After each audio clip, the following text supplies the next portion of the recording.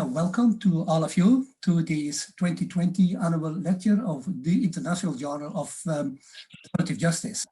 It is an extraordinary lecture, indeed, just online, not physically linked to another international conference as we are used to do, as Estelle already explained.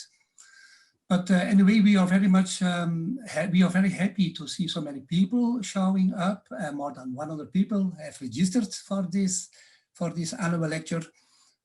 So I think, again, you see online, sometimes there are additional opportunities that are not present in normal circumstances.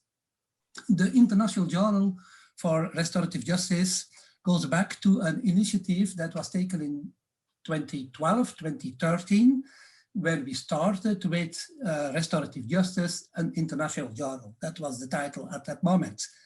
In 2018, we changed of publisher, and there also we had to change very slightly the name of the journal, and then it became the International Journal of Restorative Justice, published by 11 International Publishing in the Netherlands in The Hague. This year in the journal was a special year as well, not only because of COVID-19, but also because we have been in a process of restructuring, reorganizing the journal in a certain way. So that's maybe not so important now to mention, but I would like to take this occasion, this opportunity to also thank very warmly all the members of the editorial team, the editorial board, the international advisory board of the journal, also all the external reviewers of the submitted articles, and also the colleagues from 11 International Publishing in The Hague. So we are a big group, finally, making the journal. But of course, this journal is just not made by this group of people, not at all. It is first of all made by the authors and the readers, I would say, of the journal. We are an academic journal, according to what we think are high standards, I would say, publishing double-blind peer-reviewed articles. We are an academic journal, but we consider academic in the true sense of the word. I think we are not academics retired or locked up in our closed institutions as universities sometimes are, maybe, but we adopt an open attitude, a broad perspective, an external perspective, a focus on developments in society. So in that sense, we are an academic journal. We think that only in a type of strong partnership between research and practice, we will be able to really rethink, to transform our ideas and our practices and our systems on how to do justice in our societies, in our countries, in a less punitive, in a less exclusionary, in a more participatory, more democratic, more restorative way. We cherish indeed the value of participation, also in our journal, in the way how we make the journal. And we also see it in this annual lecture, where we not only have an eminent speaker, a lecturer, but also two critical respondents. The journal produces articles, double-blind peer-reviewed articles, as was mentioned already, an editorial every time as well. But also important is to mention the section notes from the field, for example, where in every issue of the journal, we have 3 issues per year, where in every issue of the journal, we report on important developments in a country or on a topic, developments that are relevant internationally speaking. And these notes from the fields are always commented also critically by 1 or 2 or more respondents in the same issue. Another type of interaction is going on in another section of the journal, and that is the section on conversations, where we have always an interview with a person, a remarkable person, who have been important or is important in practice or research in the field of restorative justice. And then finally, we have also the book reviews, which offer another type of participation, where every time several books are reviewed, not only books published in English, but also books published in Chinese or in Japanese or in Spanish or in Turkish, etc. So in that way, we try to stimulate analysis and reflection, debate as well, in a participatory way on new theories, new practices in the broad field of restorative justice, always on topics that are relevant for many countries. That's at least what we hope. Topics that are relevant for different professional groups as well. In that way, we try to be really a truly international journal, also reaching out, serving as well colleagues, programs, practices, researchers, also in the Global South, for example. So far, a few words to introduce the journal, to introduce also the annual lecture. Once again, thank you for your participation in this annual lecture. And we are looking forward to receiving your submissions of articles and other materials to the journal. And of course, we are also looking forward very much to your subscriptions to the journal. Over to Estelle now again. Thank you. Thank you. I think I will stop sharing this so that Jennifer, you can share your presentation if you want while I introduce you. So it is my great honor to introduce our distinguished guest for unusual 2020 TIJRJ annual lecture, Professor Jennifer Llewellyn. She is Donald R. Sobey Foundation Chair in Restorative Justice and the Yogesh Keddy Chair in Human Rights Law at the Chulish School of Law at Dalhousie University in Nova Scotia, Canada. She's the director of the newly established Restorative Justice Research and Innovation and Education Lab at Dalhousie University. Her teaching and research are focused in the areas of relational theory, restorative justice, truth commissions, peace building, international and domestic human rights law, public law, and Canadian constitutional law. She has written and published extensively on the theory and practice of a restorative approach. She has also advised governments and NGOs and supported government projects and programs, including in her own Nova Scotia, but also, for example, South African Truth and Reconciliation Commission, the Jamaican government, the government of New Zealand, and the United Nations. She's facilitated the design process for restorative public inquiry into the home of colored children, and now serves as a commissioner for the inquiry. She previously also advised the Assembly of First Nations in Canadian Truth and Reconciliation Commission on the response of residential school abuse. In addition to many articles and book chapters she's co-edited, there are two books that are worth definitely mentioning, being Relational Reflections on Relational Theory and Health Law, which is published by UBC Press, and Restorative Justice, Reconciliation and Peace Building, Oxford University Press, and two special issues, one of which was in our journal, the International Journal of Restorative Justice. She was awarded the National Bron Weep Restorative Justice Award from Correctional Services Canada in 2015, and this year was a recipient of the Canadian Social Sciences and Humanities Research Council National Impact Award, to the highest award for research achievement and impact in Canada. She's also a fellow of the Royal Society of Canada. So with this amazing CV, I'm very happy to have you join us, and I'll hand you the floor for your lecture entitled A Restorative Approach for Social and System Transformation. Jennifer, you have the floor. You have 40 minutes, let's say 45 minutes. After 40 minutes, I'll interrupt you shortly just to let you know that you have a few minutes left. Okay, thank you. Great, thanks very much. And I'll endeavor not to need too much interrupting, but I'm grateful for that if you'll do that. So I feel like I am very grateful that I've been invited to give this lecture, both for a journal that I think is very important for a community of scholars and practitioners who are central to the work that I do, but I do kind of feel like I drew the short end of the stick, since we're not in any glamorous place, and I am currently welcoming you to my house in our spare bedroom while I try to manage a teenager who's home because his school is closed from COVID, and whether or not my spouse uses the microwave during the presentation. So that's the glamour we're all living in now. I'm not in Perth or Sardinia or any exciting place, but I am excited to be here. It is one of the strange contradictions, right, of this pandemic time, particularly for me, but I suspect is shared for others, which is that as the world becomes so very small and insular feeling, it also becomes so much more connected.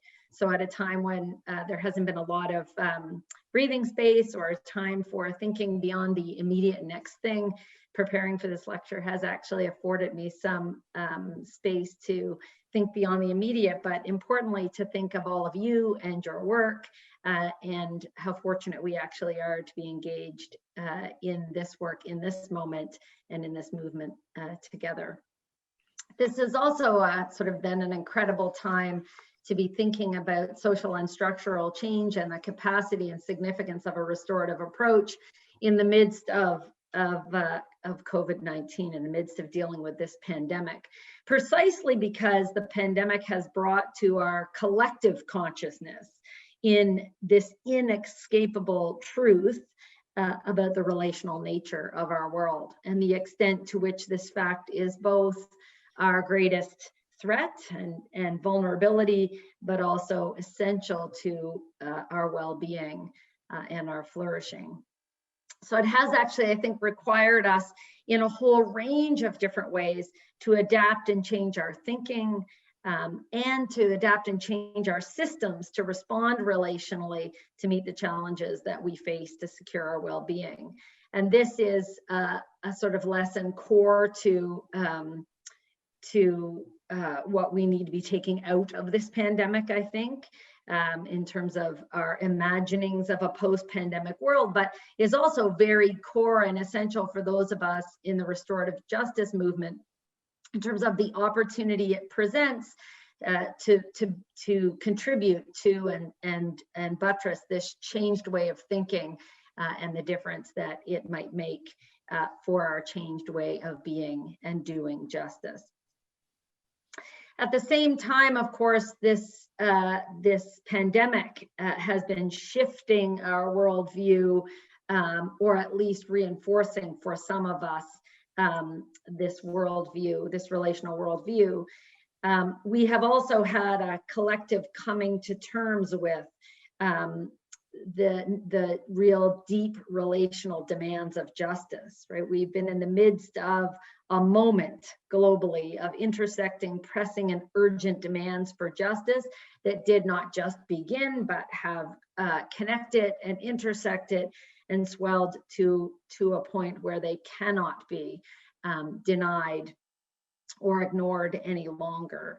The Me Too movement, Black Lives Matter, Indigenous rights and reconciliation movements, including Idle No More here in Canada and in the United States, have demanded an end to injustices that are structural and systemic: racism, sexism, colonialism, and that are represent and reflect the core nature of justice as relational.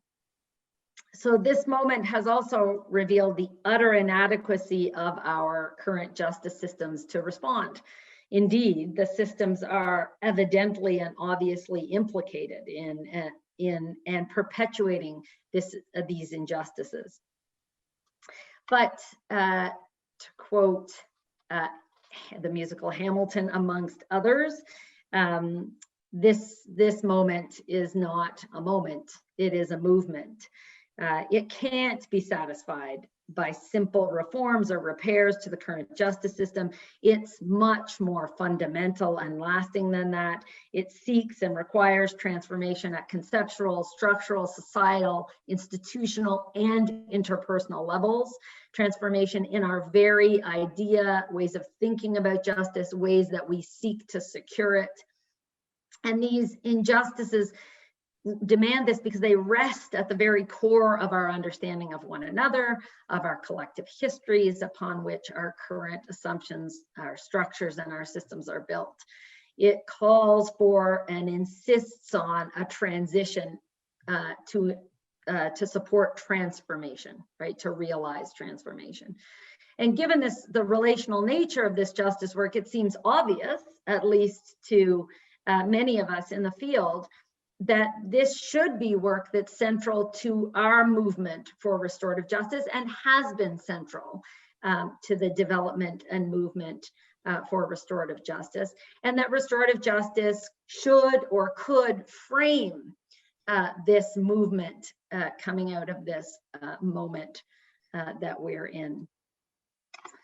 But this movement has this moment has seen dialogue and perhaps even rising to the level of debate about whether restorative justice is relevant or needed or appropriate for this reimagining, or whether we should, as some suggest, look from RJ to the TJs, which I actually think would have been a pithier title for the talk in retrospect, or at least maybe I'll hold it back as a pithy title for a band, should I ever be able to fulfill my childhood dream of heading a rock band post this academic career thing. I have a funny feeling that if we looked around the RJ community, there's lots of intersections with expressions in music. So maybe there's others who one day, if we ever get back together, will join me.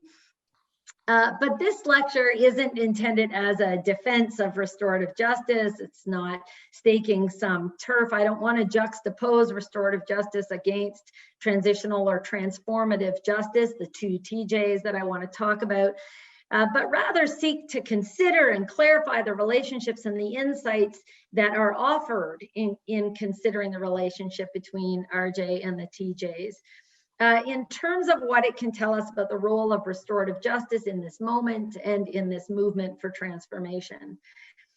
This moment, I think, is an important one to reflect on the understandings about and within the field that are being revealed, to sort of deeply consider the transformative intention and potential of RJ as a theory of justice. So I think this is an important conversation to have in this moment and as part of this movement, because I think it can bring so much to the current efforts to address systemic and structural injustice for transformation. So it's not merely a moment to pause and reflect theoretically, but actually there is an urgent need, I think, in terms of supporting and advancing the work that is before us to address systemic and social injustice and to work for justice transformation. And it is also a very important moment, or offers a very important moment of reflection for the field of restorative justice, to consider what's required if restorative justice is actually to fulfill its transformative potential in this moment and into the future. As Tali Gal in the recent issue of the journal reminds, it's important to overcome and resist the sometimes myopic perspective of restorative justice. It's important in this moment that we see ourselves as others do and benefit from the clarity of self and of purpose that can bring. We are now living in an overt time of transition where the demands to address systemic and structural injustice requires that we confront and deal with the legacies of the past, and that we see and attend to the ways in which this past has structured our present. And so it's not surprising that we might see people turning to transitional justice, to the transitional justice field for inspiration or ideas, maybe a little too often for instructions in how to do this work. We've seen significant calls, for example, for truth and reconciliation, for reparation to respond to these injustices. And in the context of Indigenous justice, some of these calls have been answered in Canada and the US. through the development of truth and reconciliation processes. There is now a significant movement for truth commissions.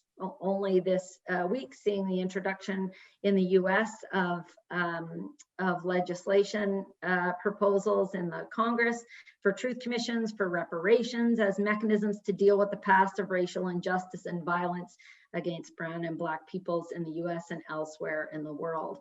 And the idea of a truth commission or demands for some version of lustration, like rooting out those who committed sexual violence, has also been voiced within the Me Too movement.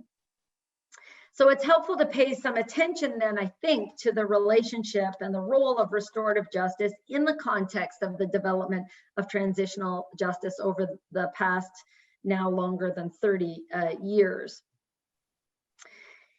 It's instructive as we see transitional justice brought to bear as a frame in response to the current calls to deal with systemic injustice within, I have no words for this, these sort of so-called stable democracies. And so I have air quotes around that as we consider how little difference there often is between those contexts we identify as transitional and those that seem more stable for the moment.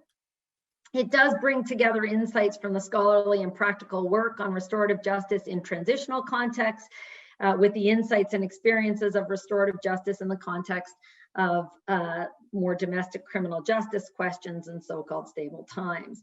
This is actually a somewhat exciting moment for me because I've always found it quite odd that restorative justice has developed within these spheres in often fairly disconnected ways.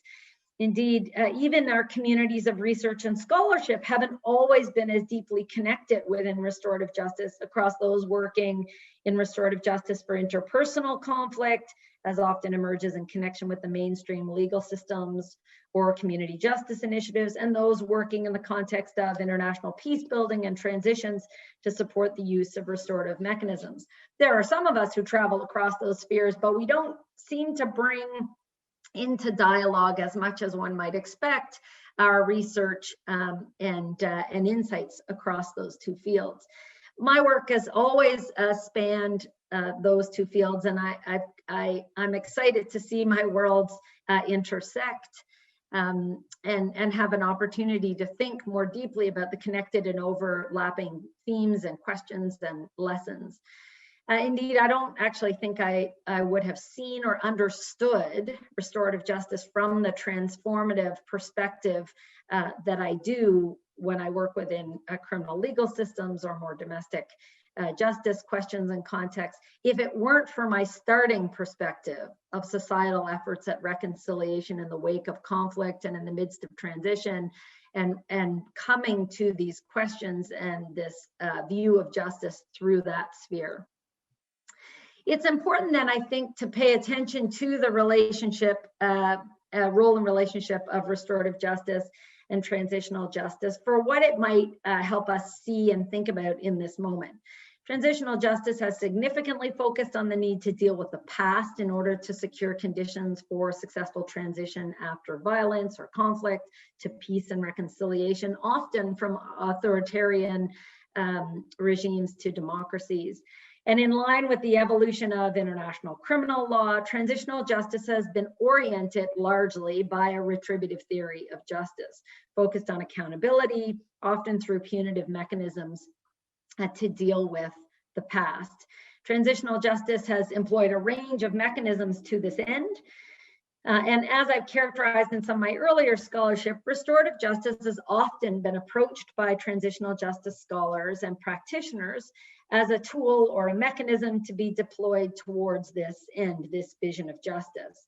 And restorative processes were often assessed against their ability to deliver on this underlying idea of justice.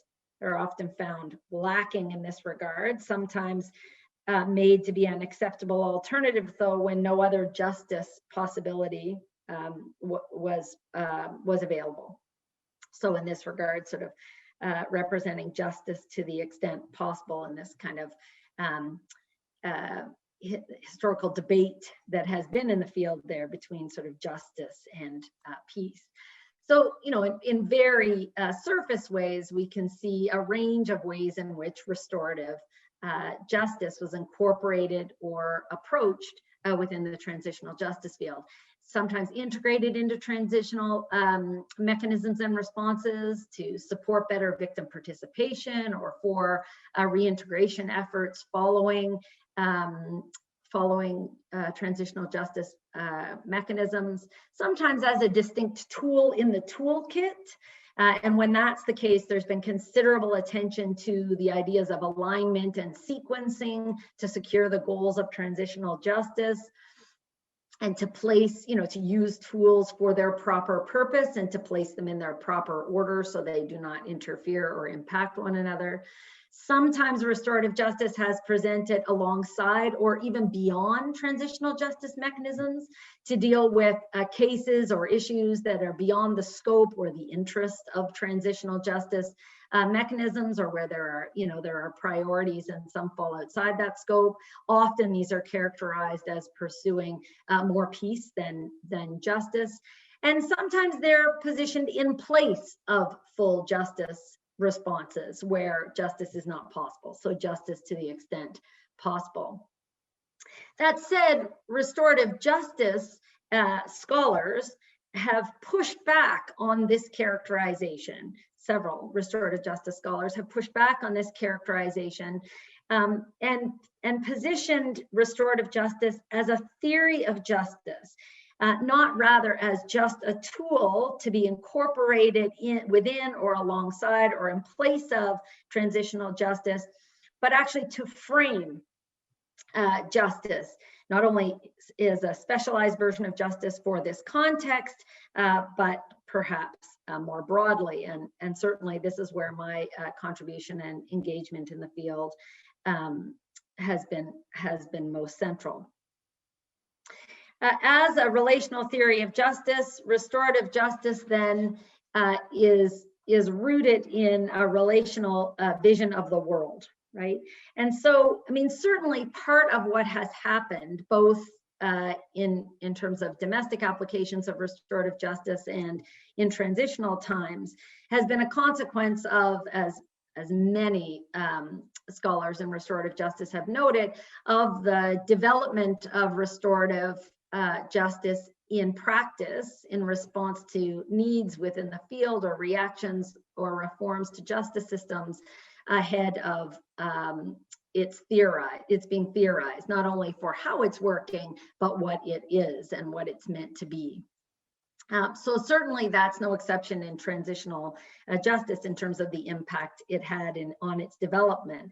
But it's also not the case anymore, and particularly around peace building and Indigenous justice views that are informed by a relational worldview, that we don't now have that introduction of significant theory about what this idea of justice is that restorative justice represents. So restorative justice now benefits from Indigenous worldview ideas. It was anchored in the context of faith traditions focused on right relations, and also on feminist and other anti-oppressive understandings of the world that take a relational view. So I want to think a bit about then what this emerging idea of justice as a relational, restorative justice as a relational theory of justice might offer us in this moment. Because I think if we just go back and look at sort of some of these ways in which restorative justice was positioned within the transitional justice field, and the sort of critique of that restorative scholars mounted in terms of insisting that there's something actually different going on here around the understanding and theory of justice that ought to frame the way we think and structure our work, is that there's some resonance here with the critique and the worry that restorative justice scholars have of the way in which this is being approached in the context of transitional justice to some of the concerns that we now hear from transformative justice advocates in response to restorative justice, where their critique is in fact that restorative justice is showing up and being utilized in these same ways by the current criminal justice systems as restorative justice was being positioned and used in the transitional justice field. And the same kinds of concerns about that raised by restorative justice scholars and advocates in the transitional justice field to try to shift that in a much more transformative way of thinking about what justice is and what justice requires in these moments of transition are now the message of transformative justice scholars in terms of their concerns, perhaps not always, and this will be one of the things I want to think about with you, perhaps not always about what restorative justice is, but certainly about how it is showing up and being used. So as Mia Mingus describes it, transformative justice can be thought of as a way of making things right, of getting things in right relations, of creating justice together. In short, then, what transformative justice seeks and requires is a different grounding theory of justice, a different vision of what it requires, which is in fact what restorative justice pushed back on and brought to transitional justice. So restorative justice, understood as a relational theory of justice, is, I think, aligned with transformative justice's call to focus on making things right, on right relations, on creating these conditions for justice together. And the way to see that is actually to look at the idea of justice, the theory of justice underlying restorative justice, and not its positioning and practice only, and then to take that theory and have it examine our practices and processes at the moment. So restorative justice as a relational theory of justice then is rooted in this relational idea of human beings and the world. What's meant by this sort of relational view is not simply that relationships are a good, but insisting on an analysis that looks at the world through this relational lens to see the interconnection, to see our relationality and the ways in which the world is relational, for good or for bad. These relationships, this connectedness, as we have learned through the pandemic, is both our greatest threat and potential vulnerabilities, and generates the capacity for our undoing and harm to one another as much as for our flourishing and well-being. It also insists on a world, on a relational view that isn't focused on relationships as we are more attentive to them in interpersonal ways, but of the extent to which the world is relational and we are engaged in interconnection and relationship all the way up and all the way down. So from our interpersonal relationships to our social relationships amongst groups and community and even nations, and also at a structural level around systems and institutions. So what difference then? So if we take relational theory as casting our eyes to pay attention to the relational nature of our world, then the work that justice does is to identify those relationships that are just, right? Justice becomes the work of right relations, of achieving just relations, and of identifying injustice where our relationships and interactions and structures are harmful, right, are not just. So restored relations then on this account focus on conditions in relationship that enable social equality, require mutual respect, care, concern, and dignity. Tim Chapman in the recent issue of the journal says, ultimately for me, restorative justice is about a process of undoing injustice, drawing on Sklar, so that people can restore just relations. Wherever there is injustice, there should be then restorative justice, which is this interesting question about pushing back on this assumption that's particularly worrisome in moments of transition and where we look to transformation, of this worry that restorative justice might be focused on a return to a prior state, right? Rather than restoring just relations with this commitment to a normative standard that's derived from our experience in the world of what we need to be well, of what we need to flourish, but not bound by some prior state to return it to.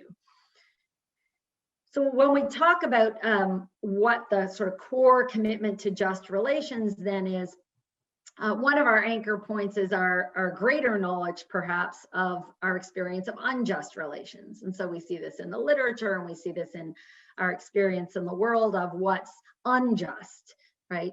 So, you know, Braithwaite and Pettit's work on republicanism and non-domination, oppression, violence, exclusion, neglect. These are all patterns and ways of being connected and related that are unjust by virtue of their outcomes for us and for the world. So we can often then take that as a starting point to identify what it is that are the criterion characteristics of just relations. So in my work, I've identified these along with those who work in the area. These underpin many of our claims, our normative claims that underpin basic human rights. So mutuality, a reciprocal obligation and responsibility to one another, equality, and here I point to substantive equality, which in Canada is our sort of constitutionalized definition of equality. So we have less of the debates about equity versus equality, because we have a sense that equality can never be achieved in these sort of formal sameness ways. But so substantive equality or equity, respect. And here, I think it's very important that we understand the limits of respect, right? So respect deployed as non-interference, as deeply rooted in sort of this liberal individualist notions of, you know, leave me alone and allow me to be free. The sort of trading on negative versus positive rights requires us, I think, when we're articulating this goal of just relations, to be attentive to the need for respect, connected to mutual concern for other, and care, in terms of having regard for others, for their needs, and for their connection. Here, I think of the idea of Ubuntu, of our humanities being tied up in one another's humanities in a way that requires a sort of a deeper regard than merely respect. And this idea of dignity, right? Ensuring that this is connected to equal moral worth, and connected to this idea of people valued as ends and not means to an end, and connected to flourishing. And so I think there's some very interesting ways in which, in our current context, thinking about this kind of articulation of justice and just rights also helps us frame the claims around rights and around the realization of human rights. If we think about, as Jenny Nedelsky does, rights as relationships, that the work rights do in the world is to structure and foster relationships. That's in fact the work they do and the work we want them to do. But if we want them to do that, they need to have some normative goal or understanding of the sorts of relationships, the character of relationship, the values that will shape and structure our relationships that they seek. And so this relational picture of justice provides that basis in terms of just relations. So as a relational approach, then restorative justice, this says things to us, I think, if we start this way, about restorative justice. So this is this moment where we'll come back to what does this mean then for this moment we're in terms of securing and supporting the work of transition and transformation through a restorative approach. But it does require us then to take this seriously and to take a long, serious look at whether or not the current restorative justice field and the ways in which we're approaching it are calibrated, are proceeding in a way that is most reflective of this relational approach, right? So in some ways it casts a critical lens on some of the ways in which restorative justice is being practiced and deployed. And so a few comments about that I think are worthy in this moment, that are revealed in this moment, and that we see underlying the sort of discomfort or critique or worries from those most deeply oriented to and interested in transformation. as it is so urgently the subject of this movement. One is the need to, if we see things relationally, the need to connect individual and collective aspects of justice. So from a relational worldview, we have to rethink our understanding of individuals. It's not merely that we need to do both and attend to individual needs and also the collective needs, but we need to insist on and deliberately attend to, both in our understanding and in the processes we design, the connection between the two, right? So understanding that individuals are relationally formed and informed. And as such, when we understand the nature of their harms, we always have to be understanding those in a relational way. And that connects the systems, the structures, the context, causes, and circumstances of those interpersonal harms, of those individual experiences, in order to both understand them and to fully respond to them. And so this is a challenge, right, to the way in which we see restorative justice work proceeding in some cases, where we try to look to the incident or the issue and see it as separate and apart from these sort of larger collective responsibilities and norms.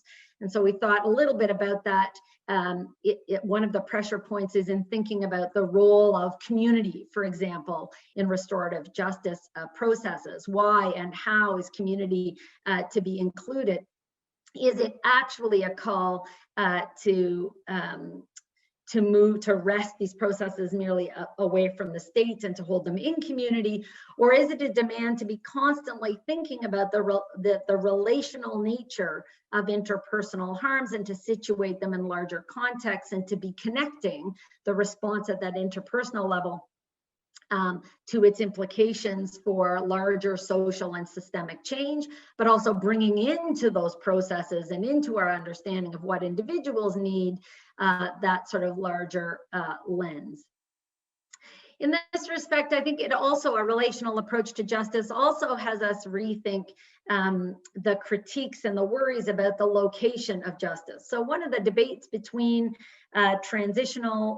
between transformative and restorative justice, as they're positioned sometimes in this tension, is the defining characteristic of restorative is that it's now largely within the system or alongside the system, takes as its reference point the criminal justice system, whereas transformative justice is committed to remaining outside of that system and to not taking that as the reference point for imagining and doing the work of justice. I think a restorative approach actually helps us to see that it's maybe less the location of justice, but rather the commitment that restorative justice must be forward-looking, looking to context, causes, and circumstances, including those conditions of justice, like within the systems and structures in which we pursue justice. And so it must always be transformative, whether working within or alongside the system or outside the system. It must be seeking that larger systemic transformation, even of the systems that the processes work in connection with. So I think this raises one other significant moment of reflection for the field, and that is about the focus on practices and programs. And that if we're to take it as a relational approach, and I want to say a bit more about this, then we need to be thinking about it less through the lens of practices and programs and more as an approach. Loda, in his recent piece in the journal, expresses this concern under the great title of the domestication of restorative justice, in response to the worry of the focus on programs and practices in the UN guidelines, and the extent to which this focus actually moves us further away from thinking about the potential for this approach to be transformative and of the very systems that it's working within, and more controlled, and amenable to being co-opted or in service of those systems. And I share that concern, and I think this moment in time should have us be very careful and aware of the consequences of focusing on restorative justice first and foremost as a set of practices or tools rather than this sort of more conceptual approach, and the need to be articulating and maintaining its application as an approach underlying any programs or practices. I think there's another way in which this should have us pause and think. So there's been a movement in our field to adopt this language of restorative practices. I think it feeds some of Loda's worries about practices and programs, but I think it's interesting in this moment for another reason, which is in order to move this restorative work outside of the control and the imagining of our current justice systems, we've seen a move to talk in the language of restorative practices, such that this work could be being done in other spheres, education, where that shift initially drove the development of the language and frame of restorative practices, and now well beyond there. What I think is important for us to pause on is to think about the implications of moving away from the language of justice. Yes, it may be strategically convenient for those who attach justice only to the justice system, but it robs or undermines the purpose, I think, of restorative justice to transform that very understanding of justice. I find it fascinating in this regard that transformative justice did not, even though it seeks to move beyond the justice system, or the legal system as it might better be called by times, and into other places and spaces where justice work must and is being done, that they didn't replace the word justice. And it is an interesting moment to reflect on why our movement of restorative into these other spheres is now often talked about deliberately in the language of practice as that which is transferable, rather than this vision and understanding of justice and just relations that is and must be transferable, right? That expands our understanding of the places and spaces in which we work for justice, we work for just relations, and the need to do that through this sort of relational approach. So I think this shifts us from thinking, should shift us as a field from thinking first about restorative through the lens of practices and processes, but rather as this conceptual approach. And that if we do that, then our work needs to be driven by the principles that are derived by that theory of justice, that relational theory that would then inform a variety of practices and processes and models that give expression to this approach and that require us then to shift and work in principle-based ways. And I think this would make a significant difference to the ways that we think about for example, whether we set standards or how we guide practice in a way that becomes less oriented to controlling or compliance around processes, and how we think in more principle-based ways about education and training. And so these principles would drive our work. Okay, so what does this mean then for this moment of transitional and transformative justice? I'm going to give you a concrete experience of one of our examples in Nova Scotia, where we started to try to take seriously what this relational theory of justice, restorative justice as a relational theory of justice, would bring to this work. And I know that she's about to warn me it's 40 minutes, so you don't have to do that. I'm on the home stretch. But it would challenge the institutional structures that we use to bring about justice, right? We would actually have to take seriously our choice in this moment and for this movement for transformation to address social and structural change. We need to think as much about how we do that as what it is we're trying to do. And that does require, I think, some insistence that if we're going to bring restorative justice to bear in this moment, that we do that in a principle-based way, less driven by our identification of particular models. But what a relational theory then does for transitional justice, I think, as those initial debates reflected, is an insistence that we have to bring together the individual work in this moment, so the work that is happening to respond to harms and injustices at an individual level, in connection with this collective transformation work we're doing. Perhaps the most provocative space and place in which this question has arisen most recently is in the calls, the very traditional retributive justice calls, retributive calls for justice for those who have caused harm, for police officers and others who have caused harm, at the very same time as the call is to transform those very systems and structures for the systemic racism that they reflect. And I don't say that lightly. It's a very difficult sort of question about where we are right now and the tools that we have to do justice. So it's certainly, we can't do nothing, but we do have to be attentive to that challenge and tension. It would require us to integrate elements, to not bend to sort of the temptation to abstract or to sequence them or to fragment them. We have to think about truth and its relationship for what and in service of this ideal of justice. Same is true, and I suspect that Fania will help us think a bit about this around the calls for reparations and the need to embed them and connect them to a relational theory of justice in this way. And certainly in our thinking about reconciliation as less an endpoint and an endpoint to achieve or a static state, but rather as a commitment to a way of being relating, right? So that this work becomes future focused, but also knowing that it is about how do we equip and prepare ourselves not only to achieve justice now, but to maintain and sustain justice. So we need to be not only dealing with our past, but in a way that is constructing the conditions for our future. In this regard, and the last thing that I want to draw your attention to and have a chance to engage with you a bit about is one of the attempts that we've made to try to think about the sort of systematic social transformation questions through a restorative approach.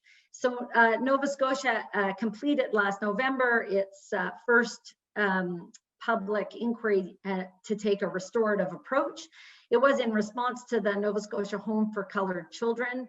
The website is there, and there you will find videos from the participants, a collection of shorter page resources about the nature of the work and how the inquiry was structured, and access to a longer final report that details both its work and the approach of the inquiry.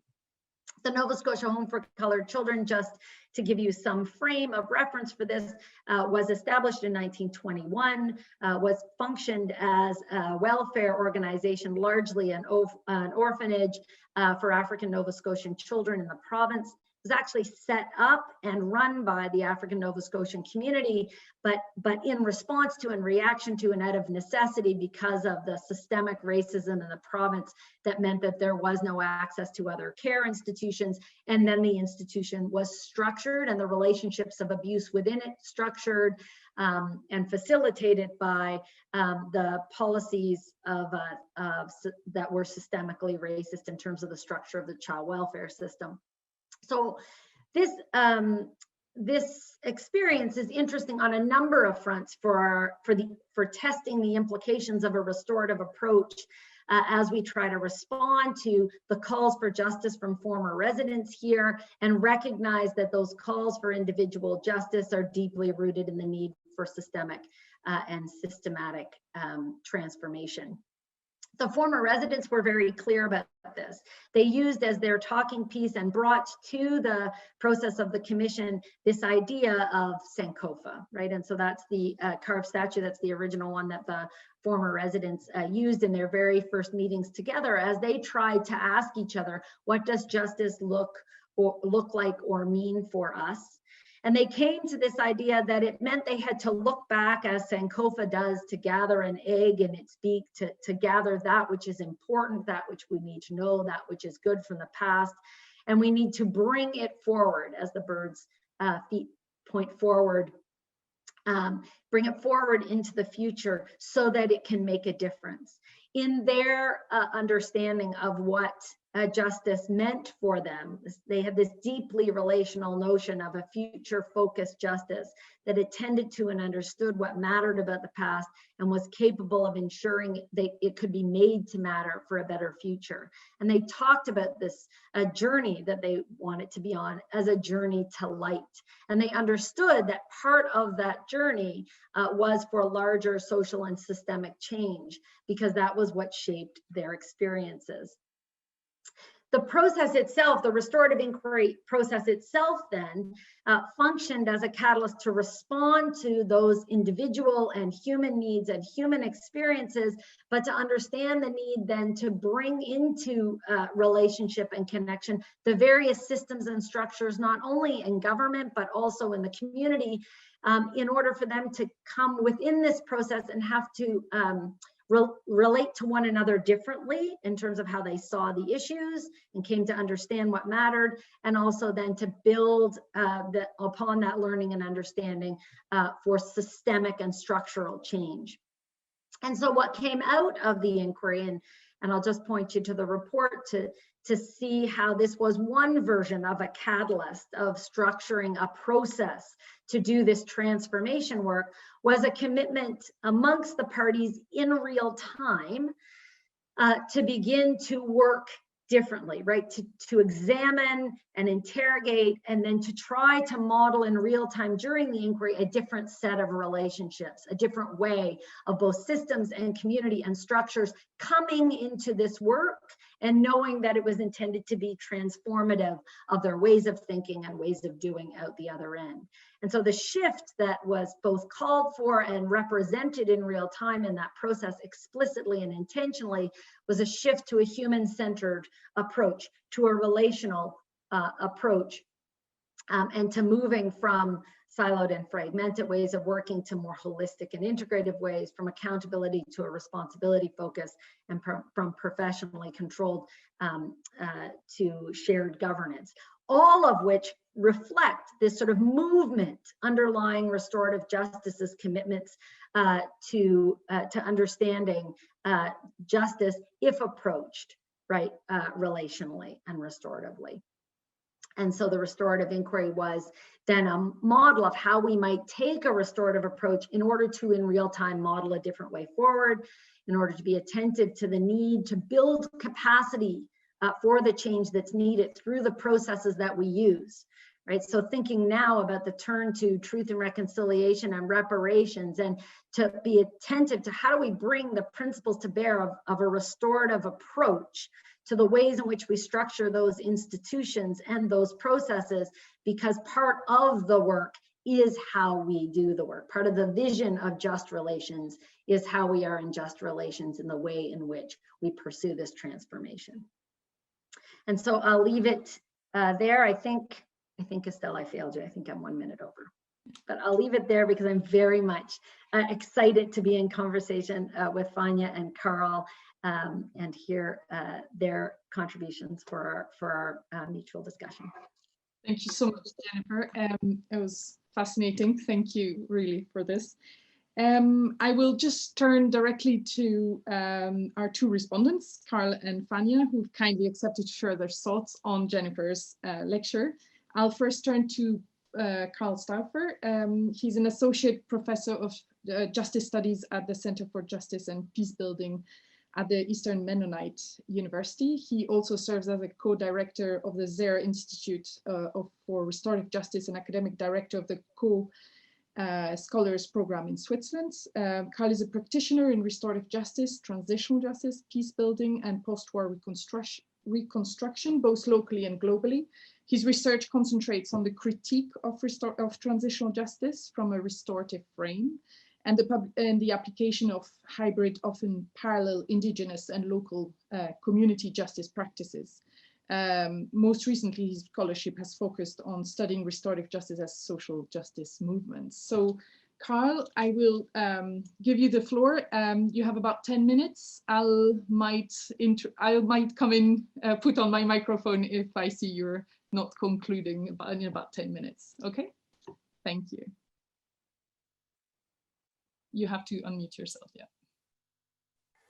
Thank you, Estelle, and it's a real privilege to be here. Thank you for everyone coming together, and I'm really honored to be able to respond to this address. Thank you, Jennifer, for your thoughts and your wisdom and your experience and sharing that with us in this critical reflection.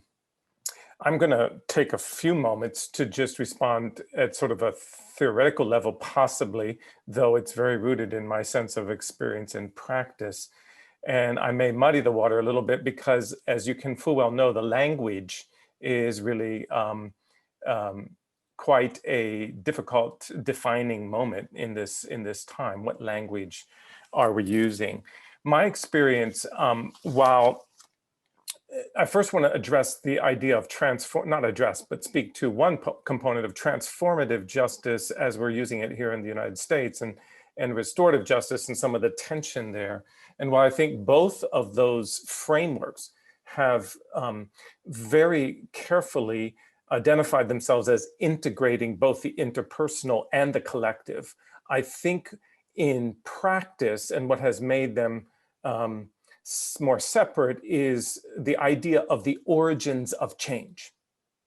And what I mean by that is restorative justice has traditionally thought of the origins of change as a relational shift, and then the structure follows, if you can even give it that kind of linear thing, whereas transformative justice has a real distrust, if not complete suspicion, of many of the structures in which we work in the sort of Western societies, especially the legal system, but beyond that, the welfare system, as we just heard about, and so on. And so there's a much stronger thrust to think about structural change with the assumption that relations then are ordered after the structure shifts. So it's sort of this idea, do the structure shift after the relations are mended? Or do the relationships need to be mended before the structure shift? And I think this has been part of the challenge. And this, of course, speaks to the age-old theory of or debate between structure and agency, and how they interact with each other in real time.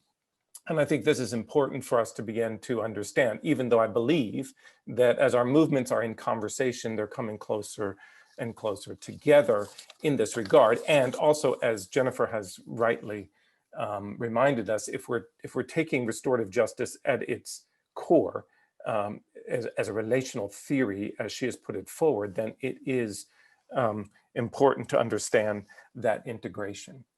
I'm going to pull from another field for my second point a little bit here, and that is the work from Rebecca Friedman, who was writing on competing memories, her book Competing Memories of 2015, where she looks at transitional justice specifically. But she puts forward in that book, and some of you may be familiar with this, the idea of the difference between, she compares what she calls transformative reconciliation and procedural reconciliation.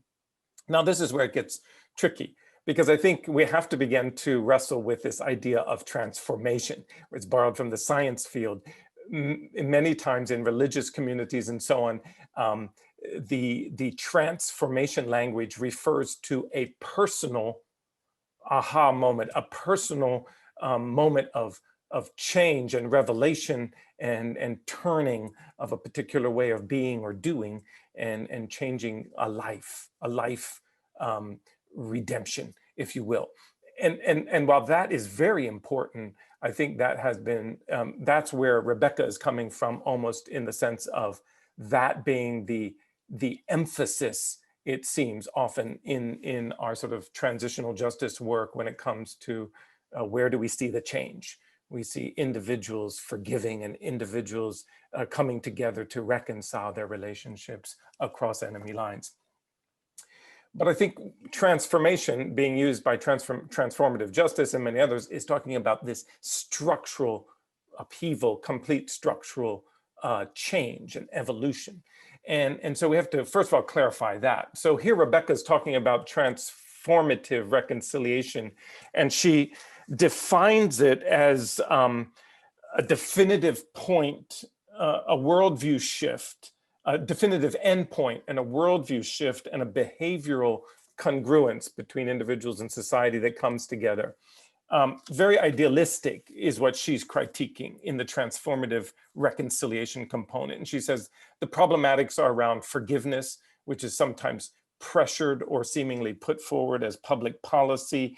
And the ambivalence around the forgiveness factor, but also this kind of encounter, which is very much a reconciliation word, requires sort of direct interaction and engagement. And so that sometimes is pushed or forced in an early way.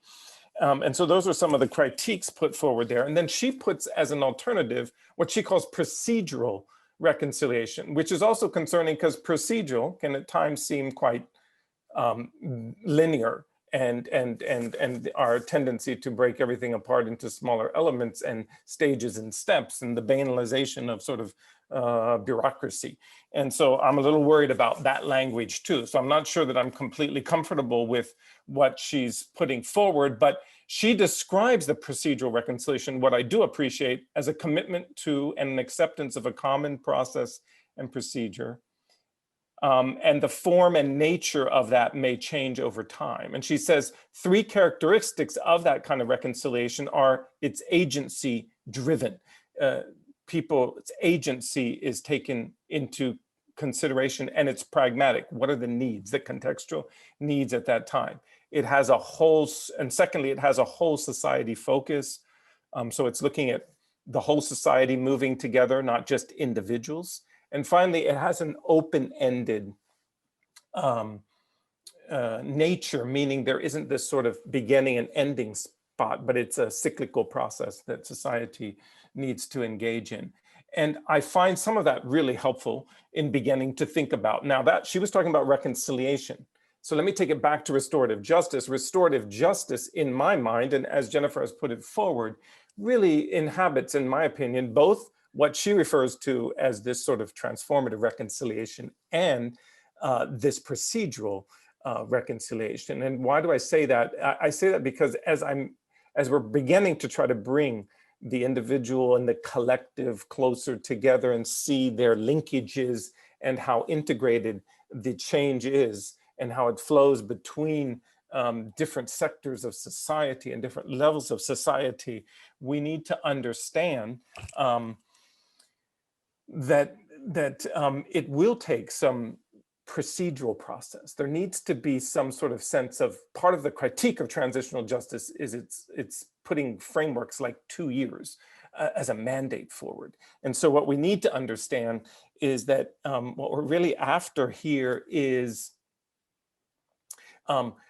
like in South Africa more recently, there's been a call to say we need ongoing truth and reconciliation commissions. We need a commission on land. We need a commission on government delivery. We need a commission on racial injustice and justice issues and so on. And so people are calling for a poverty truth and reconciliation commission or a commission around structural violence, etc., saying these should be ongoing operations of any community, any society, any nation that wants to begin to understand what it means to live in a coexist, but not only to coexist, but to live in a transformative way together, relationally, to coexist in that way.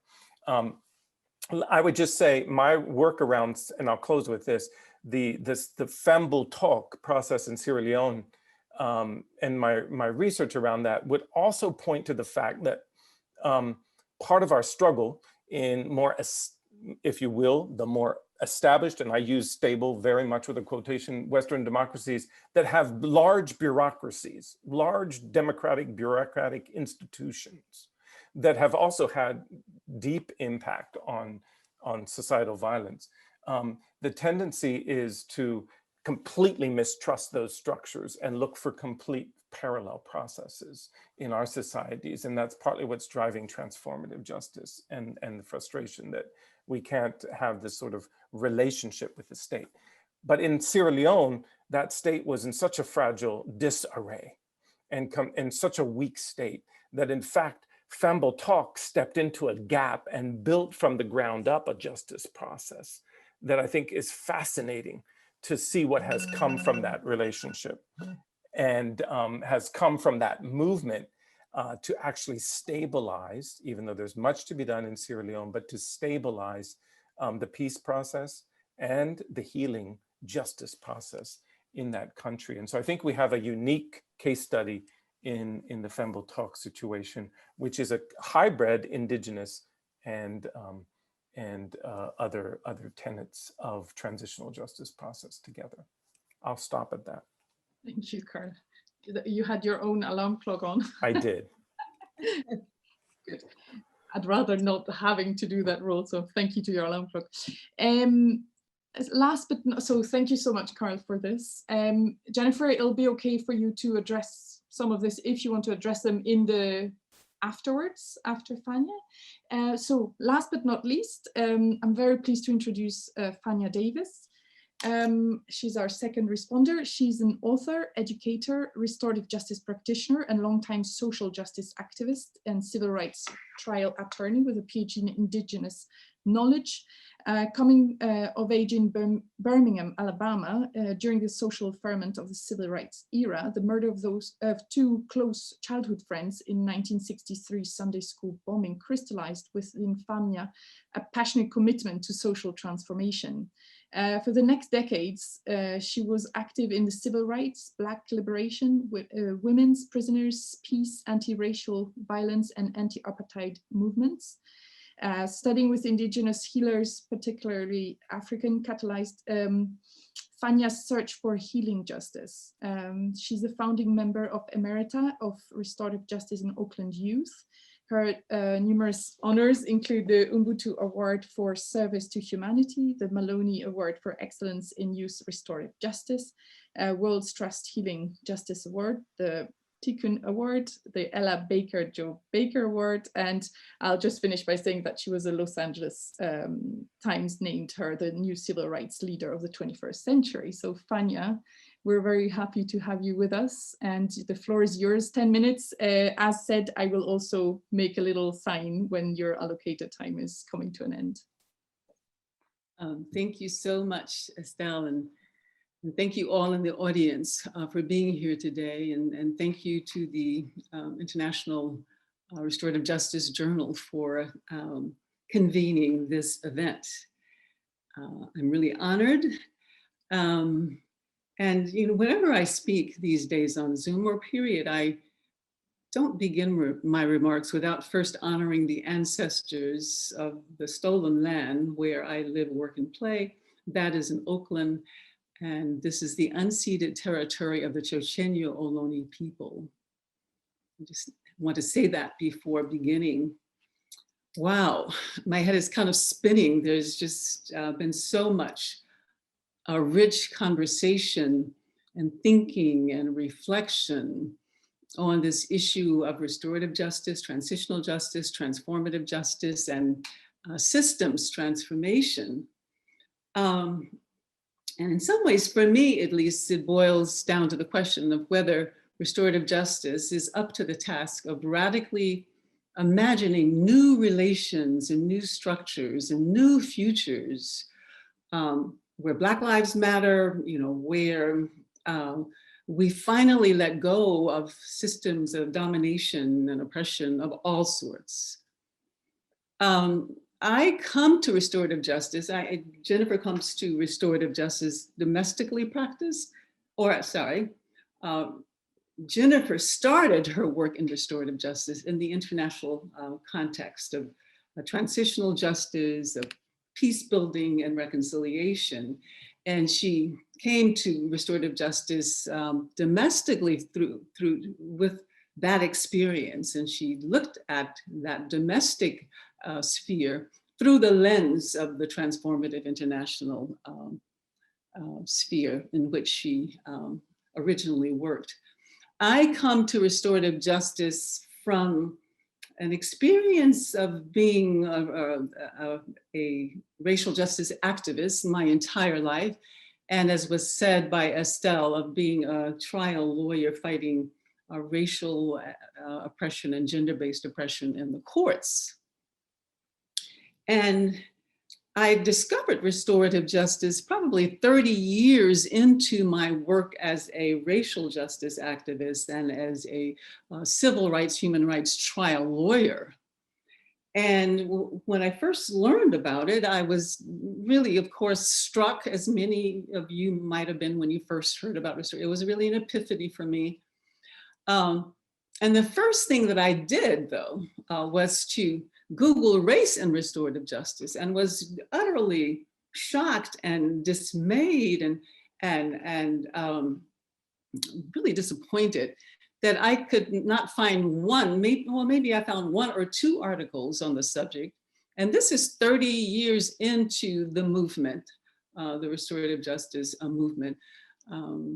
No national conversations, no convenings, no trainings incorporating racial justice, and no publications that I could find significantly. And I came to understand that in its early decades, restorative justice was really viewed more as a social service rather than as a social movement seeking transformation. I also came to see that restorative justice did not in its early years really have a racial justice consciousness, nor was it really practicing restorative justice through the lens of indigenous worldviews. And those two disappointments for me drove a desire to really, be part of a transformation of the restorative justice movement to change this. And as restorative justice started to work in communities, urban settings, Chicago, New York, Oakland, which is where I'm from, and as more formally incarcerated people started to come into the leadership of the restorative justice movement, as more youth, especially urban youth, started to come in, then we started to see transformation. Conferences that were once all white became much more diverse, and to this day, or in the present, are usually very diverse. And we are seeing more books about restorative justice. I want to just give a shout out to Karl, and who edited or co-edited a book that is called Listening to the Movement. And I understand it's coming out very, very soon. And there was a recent book that came out called Colorizing Restorative Justice. All contributors are people of color, mostly women. I wrote a book called Race and Restorative Justice, Black Lives, Healing, and US Transformation. So I named these things only to give you a sense of the transformation of the restorative justice movement that is underway. And as an indication that more and more people are seeing restorative justice, not just as a tool, not just as a program, but as a new theory, or as a relational theory, as Jennifer has said, of justice, as a new way of thinking about and doing justice that is inspired by indigenous thinking, Ubuntu, in Lakesh, Mitakyo Yasin, all of these concepts express the inherent interrelatedness and interrelationality and interbeing of reality, not just as Jennifer was saying in the sphere of relationships and personal relationships, but that is the structure of our very reality, from the individual, in fact, to the cosmos. So I'm heartened to see this transformative wave that has washed over the restorative justice movement in the United States in the last, let's say, last few years. I want to talk a bit about, in very practical ways about what's going on in the United States right now. This is a time of telling in the US, in case you hadn't noticed. This is a time when we are finally beginning to look in the mirror. We are finally beginning to face who we are, face the truth that we are a nation born not in liberty, but born in blood and in terror, of white supremacy, of slavery, of genocide, land theft, and racial capitalism. At last, we are disrupting centuries of denial and are beginning to reckon with our past, especially with slavery and its continuing impacts. Though the recent national conversation has been focused on redressing massive harms against Black people through truth and reconciliation processes, through reimagining policing, and this is also known as defunding the police, reparations, discussions are also beginning about implementing truth and reconciliation processes to reckon with the colossal harms against Native Americans as well. I like to talk about the 3 R's of restorative justice accountability. This is different from Howard Zer's 3 R's, but inspired by his. The first would be recognizing history's pain. Second, taking responsibility for history's pain. And third would be taking action to repair, that reparative action, reparations, and that would include in taking action to ensure non-recurrence. This year, after George Floyd's murder, for the first time, whites were a majority of anti-police terror demonstrators. These were the largest demonstrations in the history of the nation, marches in all 50 states and 2,500 cities, including in mostly white, small, rural towns. That had never happened before. The term white supremacy, this bedrock principle upon which the nation was founded, moved from margins to mainstream. Systemic racism is nearly a household expression. Every time Biden speaks, he mentions that word even. So we are not only living in a time of facing harm, of recognizing the harm of truth telling, but we are also taking responsibility and starting to make reparations for it in ways that we have never before seen in our history. So Jennifer alluded to this. We hear so many appeals today in the United States for truth and reconciliation processes, and all really kind of upwelling and surging in this last year after George Floyd. Cities are establishing truth and reconciliation processes. And let me just go for a moment back in time to 2014, when Ferguson happened, when Mike Brown was killed. And most of the calls at that time from around the nation were calls for retributive justice. And Jen referred to this, the calls to prosecute to the fullest extent of the law the individual officers who were responsible for those police killings.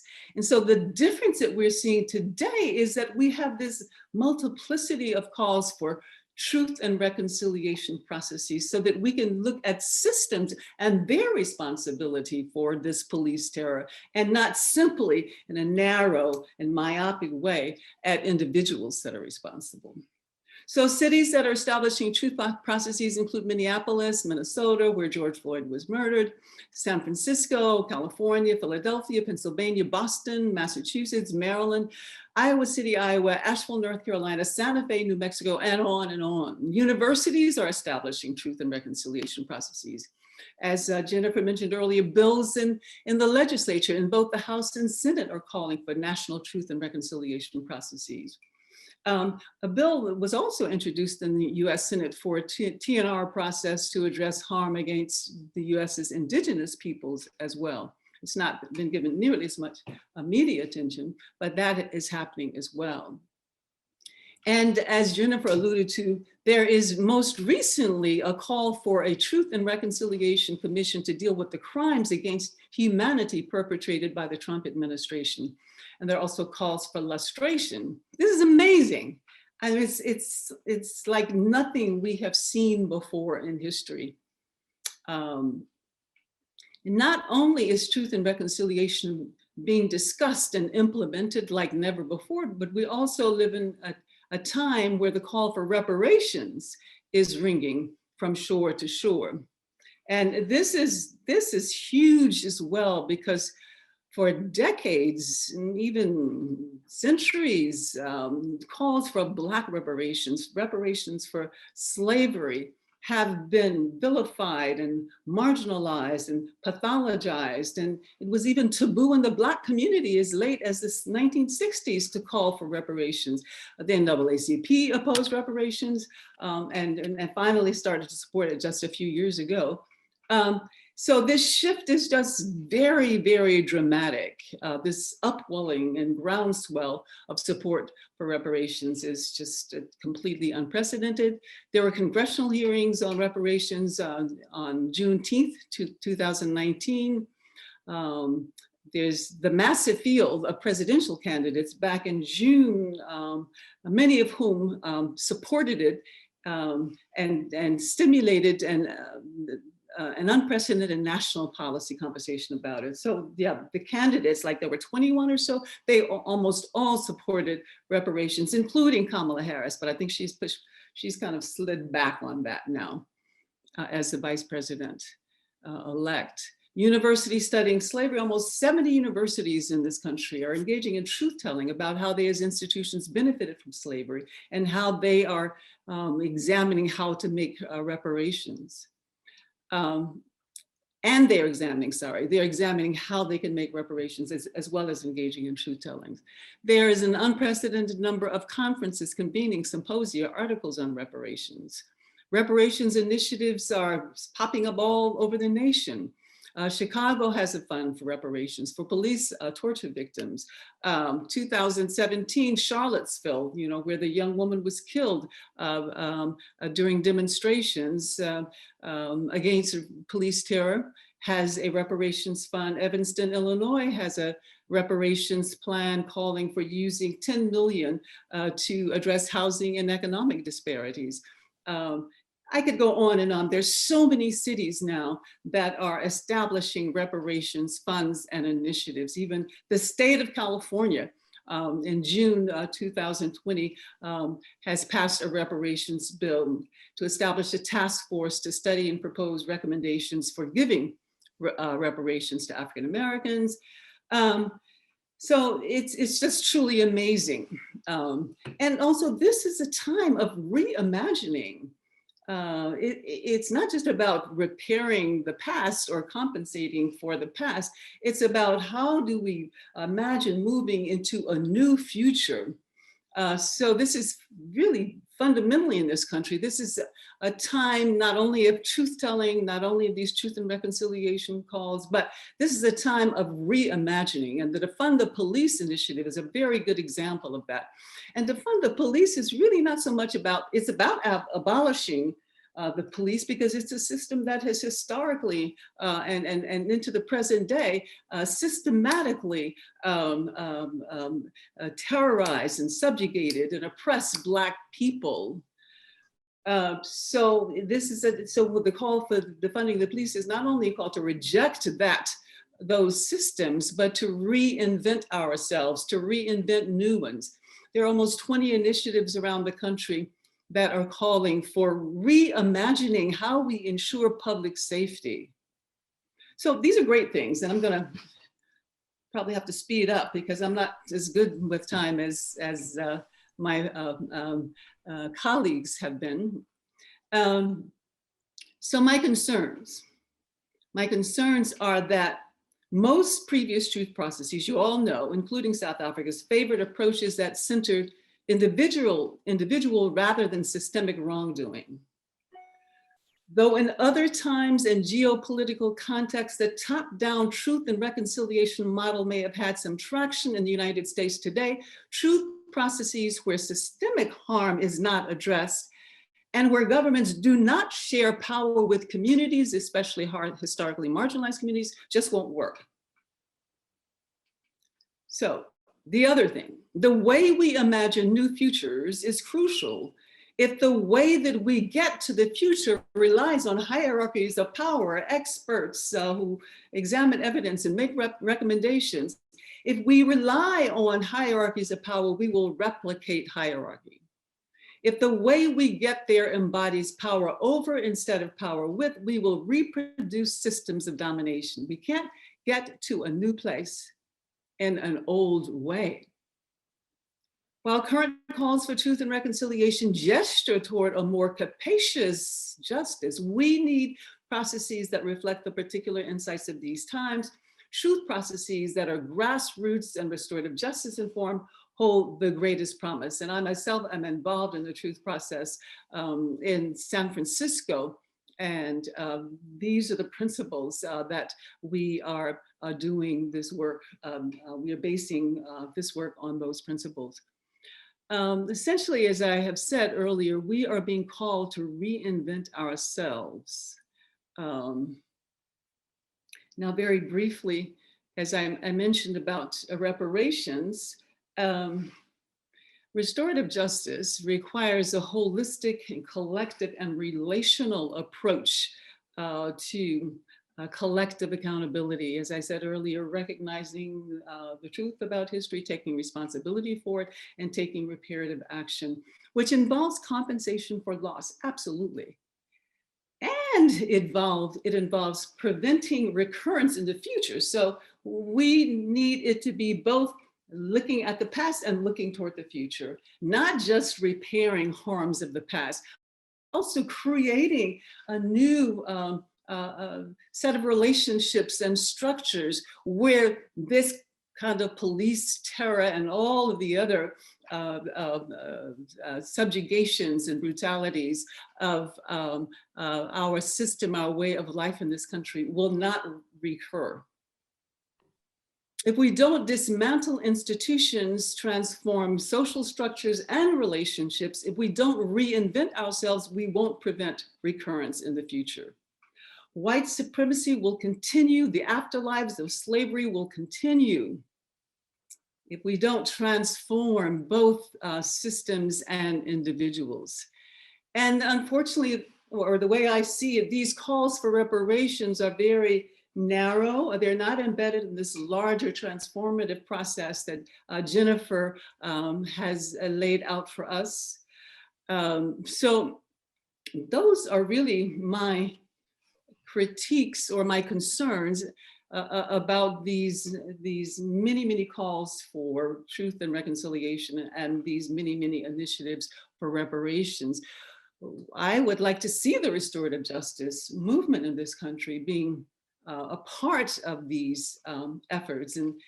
And we're not seeing it as much as I would like, although we do see some involvement from the restorative justice movement in pockets.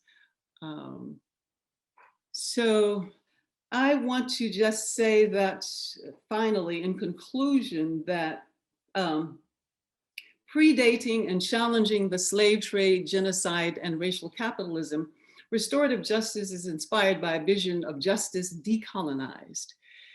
It is rooted in indigenous insights affirming humans' equal moral worth and dignity, their inter-identity, and their reciprocal responsibility to one another and the earth.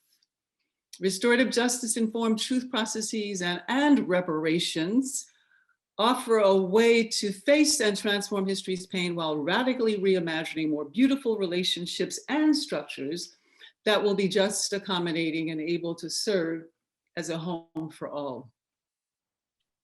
Thank you. Thank you so much, Fania. Didn't I go over 10 minutes? I think I went over 10 minutes, didn't I? A little bit. That's okay. Thank you so much. I will now, first of all, thank our three speakers. Thank you so much. I will now turn to Albert and Ivo. Albert, if you want to lead the discussion, please. Yeah, so if folks have a question, please put that in the chat box and we can develop a queue. And then Ivo and I can manage the queue. I don't have any questions in the queue yet, Estelle, so maybe we could give Jennifer a few minutes, just a few minutes, since we only to respond to the comments by Karl and Fania. There is a question by Gert. I don't know if you saw that, or I don't know if he's left the group here. Okay. There is. Oh, we do have a question from from Robin. How can we transfer this thought into the schools? Great. So maybe maybe I'll start with a response and get to the schools and turn it over. Would that be okay? So just very briefly, you know, I think that I'm struck by both Karl and Fania's response that really taps into the insistence, right? It's a real core question for us. What's restorative justice got to do with this? What should it have to do with this? And what will it have to do with this incredible transformative justice moment, right? Can we, are we a theory and an understanding of justice that's up to this task, as Karl asks? And if we are, what does that mean? Like, what kind of a challenge does that pose, as Fania clearly presents, right? About how we're going to show up in this work and whether we're going to be relevant to it. Are we going to show up as sort of boutique models of practice? Are we going to show up only at the interpersonal level? Are we going to be able to show up in a way that's actually informing a different way, this reimagining, this different way of thinking? And I think that does push on the questions that listening to the movement that Karl and Sonia presented for us as we, you know, sort of think about people's different perspectives and positions as a service, as a paradigm shift, as a social movement, and whether really underlying all of those will have to be a sort of a commitment to really talk about and approach restorative justice in this, you know, a deeper understanding of justice. So I'm struck by I too struggle with procedural, partly as a lawyer. There's nothing less just than thinking about this sort of reimagined, capacious idea of justice as procedural. But I do, in my own work, spend time trying to shift our thinking to the significance and importance of it, of something as a journey, as the former residents would talk about it, as a process, as something that is ongoing, that is demanded by a relational frame, that it is dynamic and ongoing and needs to be established and reestablished or maintained and sustained in that vision of South Africa needing ongoing commissions, in that idea of Fania saying this needs to live in the heart and soul of communities and of shared power and of the difference. So this idea that we would move to the idea of process is not, so procedure is often compared with substantive. I don't think we want that to be the message, right? So it's not process as in a way of doing that is detached from the substance of what we're doing, from the idea of justice. And I think this is the call that we hear Fania make so clearly at the end, right? That is what the talk is meant to provoke, is this: we actually need to ensure that the idea of justice we seek is reflected in how we seek it. And part of the looking to restorative justice as an approach steeped in this relational vision of justice is that's got to show up in terms of the principles by which we drive how we do things, not just what we do, not just as a defense of particular practices. And so I think this looking at things as a process and an ongoing process, looking at the need to show up differently.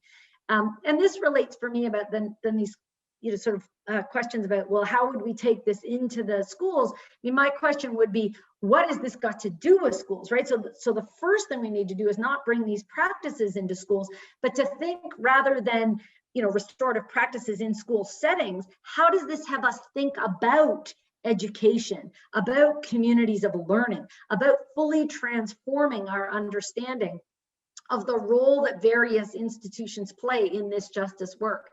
That's what I've so admired about the entry point for restorative justice for Oakland youth, that they haven't come in with a challenge that is, how do we do discipline and compliance and mitigate damage in schools? They've come in with a different vision about these as sites of social movement, as sites of just relations, and why they are so important. And so maybe I'll leave it there and have others have Fania and Karl either come in on the next question, which I think picks up on this.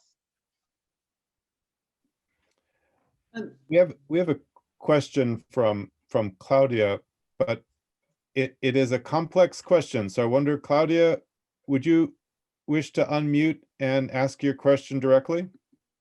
Okay, thank you very much. Thank you for this really beautiful and inspiring talk and speech.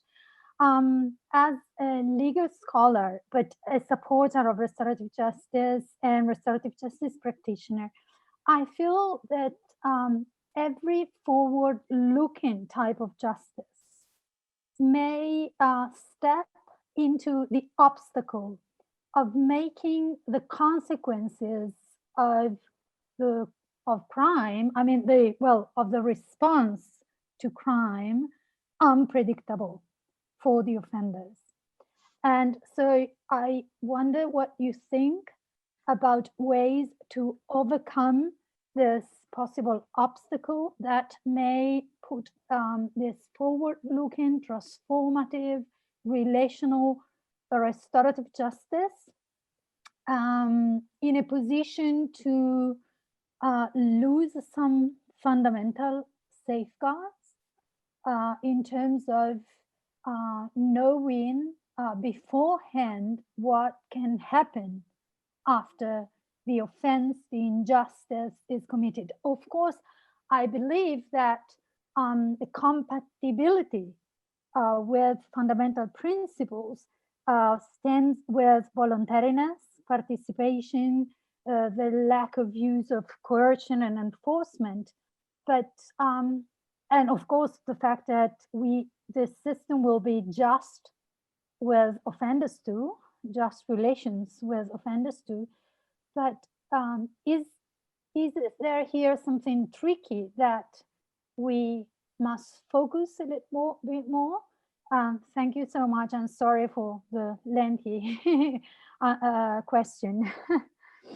So I have a provocative and short answer that will probably then lead Karl and Fania to expand in more helpful ways.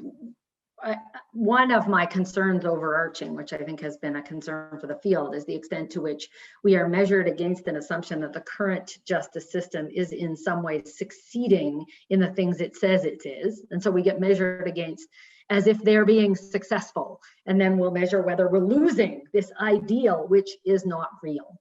So on the one hand, I would say proportionality and having a guarantee that you know what will happen when what we know will happen is that injustice will follow, that the consequences will not be related to the actual harms or to the needs of the parties or to the social and structural circumstances of the offender is cold comfort. That it is predictably unjust is not a value. And so I think we need to be able to talk about the value that the current system places on knowing in advance and being able to predict the outcomes by ignoring context, causes, circumstances, systemic injustice in its calculus of what is owed and what is just and what is needed. So that doesn't mean it can be unpredictable in its processes. That is why I think we need a principle-based approach where people can examine whether something as a response is following a particular reliable value of what people can see in a process, but it doesn't come in terms of certainty. The value of certainty placed undermines the value of responsivity, which is so core to a relational notion of justice. So if we do shift in our understanding of what justice requires, our current justice system starts to the failures of it start to become extraordinarily clear. And so I know that's not an answer to a strategic question, which is what am I going to do about the fact that this is happening? But at least we have to shift the conversation. Maybe I'll turn it over to Fania or Karl if they want to respond. I'll just say a few words, and I just want to take this moment to really give you props, Jennifer, because you have thought about these questions more than anybody that I know, perhaps more than anybody in the whole world. And I'm always, whenever I hear you speak, just inspired and filled with new thought and revelations about this subject. So I just want to say thank you, and I really want to honor you. And yeah, as soon as you asked that question, I said, a question of this kind of complexity and this theoretical nature, it's got to go to Jennifer with all of the thinking that she has been writing about and in all of these years. I just want to say, Claudia, you know, this is a time where, and this is probably more rhetorical than anything else, where it's time for us to forget certainty, forget predictability, because if it's certain, it's going to be based in the past of oppression, the past of systems of domination, the past of massive harm. We live in a culture of harm, you know, beginning with slavery, genocide, land theft, and the afterlives of all of those catastrophic, calamitous events. That is the seed of who we are. That's our origin story. So this is a time for us to break open, you know, the old or break open new eggs, you know, going back to the Sankofa image, and reinvent ourselves. So I wouldn't be too worried about predictability and certainty. I'm more interested in creativity and radical reimagination and radical reinvention.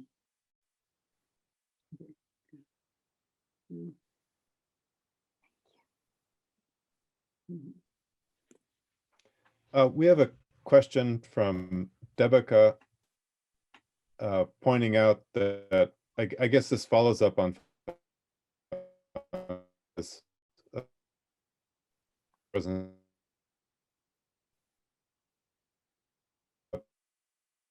prominent in the United States, and is this issue getting proper justice?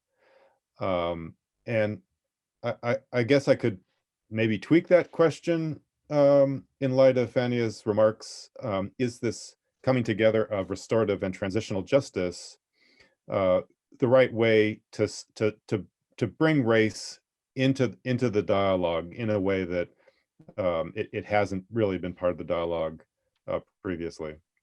And if that just ruined your question, Debika, then you can you can ask me in the chat.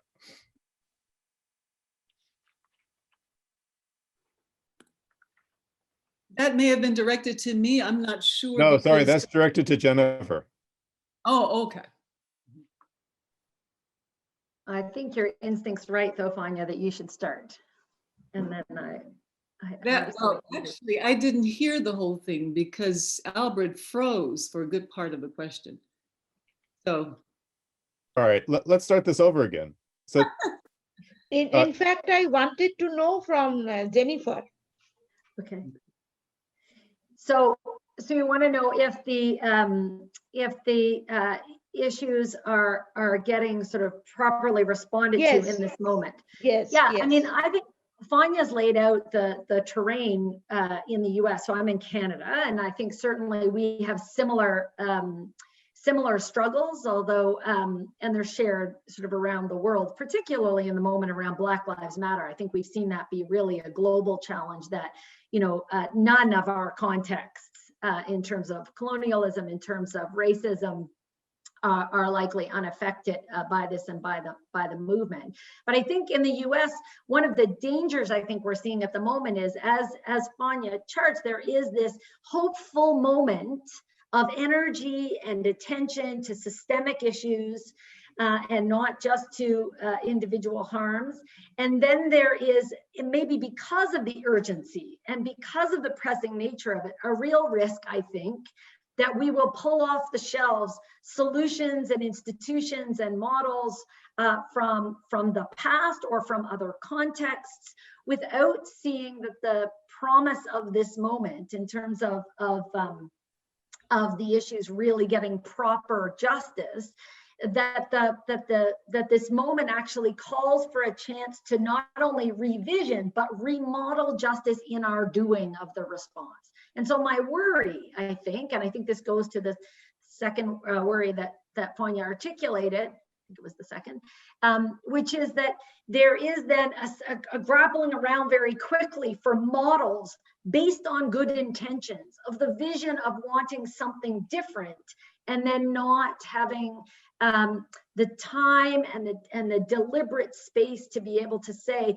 then what would this different way look like in the here and now? Are we in this moment needing to build our capacity to not only model, but to bring to life different visions of justice. And the worry is if we bifurcate this, like we'll get some truth now and some fact telling now, and then we'll get some reparations, paying back for the past. And how are we taking the time to ensure that they're being brought together through justice processes, through figuring out the thing that is the change we're seeking, about how we do that differently, such that they can combine and contribute in terms of their design and in terms of the way they work to this guarantee of non-reoccurrence that relies on sort of a different sort of set of just relations, different restructuring, right? So I don't, the answer to your question is, well, I guess we'll have to wait and see. I think the worry moment is we can't just pull processes off the shelf. And as restorative justice folks, part of the question is, are we going to show up using our time and skills and talents within those containers, within that work? Or are we going to first try to create the capacity to ask these larger scale questions about what does justice mean? And then in very practical and pragmatic ways, ensure that those principles are driving the design and the experience and the practice in this moment. How do we create space for that? Is that the transformative conversation? It has to be more than a goal. I think it has to be performative. It has to be transformative in the way we show up and the conversations we have and the different path we choose in this moment. How do we create space for that? I have a question. This is maybe particularly to Fania, but other speakers can address it as well. This is from Fernanda, who asks, is it possible to implement restorative justice programs inside prisons and still have restorative justice as an abolitionist project, at least prison abolitionism? And this speaks to the problem of restorative justice working within the system, but also pressuring the system to more dramatically transform itself. Okay, yeah, I'll just briefly respond to that. That is so true. And one of the critiques of transformative justice is that we restorative justice practitioners work inside of systems. We also work, of course, outside of systems. And I think abolitionists are aligned with transformative justice critiques pretty much on this. Although abolitionists, actually, I'm going to take that back. I think abolitionists are probably more open to creating programs within prisons that address the needs of prisoners. They don't take a completely hands-off approach. There is a program, or I think there still is, there was starting about 10 years ago, a program called Victim Offender Education Group. That's a restorative justice program in San Quentin, where persons inside contemplated the harm that they had done to others. A very long, involved, holistic process involving discussions and reflection and journals. And then the next phase, the next module was to contemplate and chronicle and reflect on the harm that they caused, or that they would cause, that, you know, that was inflicted upon them. And then that process was culminated, you know, after the first two phases, it culminated in a meeting with persons who have been harmed in ways that those persons who were incarcerated had harmed. In other words, they didn't come together in an encounter with matched victims. They came together in an encounter with persons who had been harmed in similar ways, whether rape, you know, assault, burglary, and so on. And this has marked a real transformational moment for the restorative justice movement, because now we have formerly incarcerated people all over the country who are part of the restorative justice movement in ways that never existed before.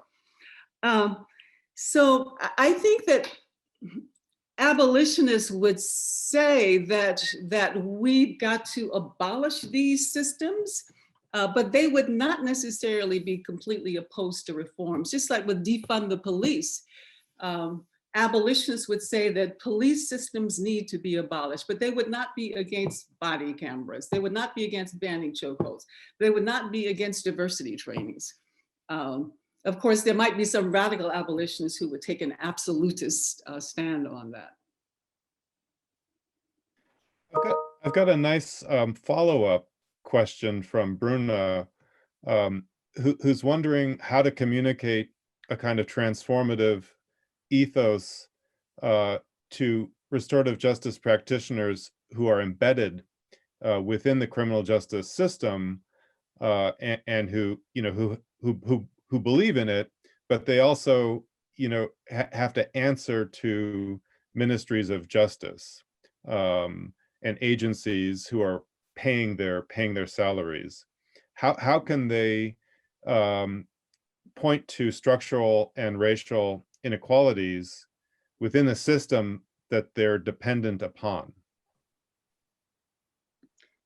So this might be Karl's and Fania's answer: make a movement.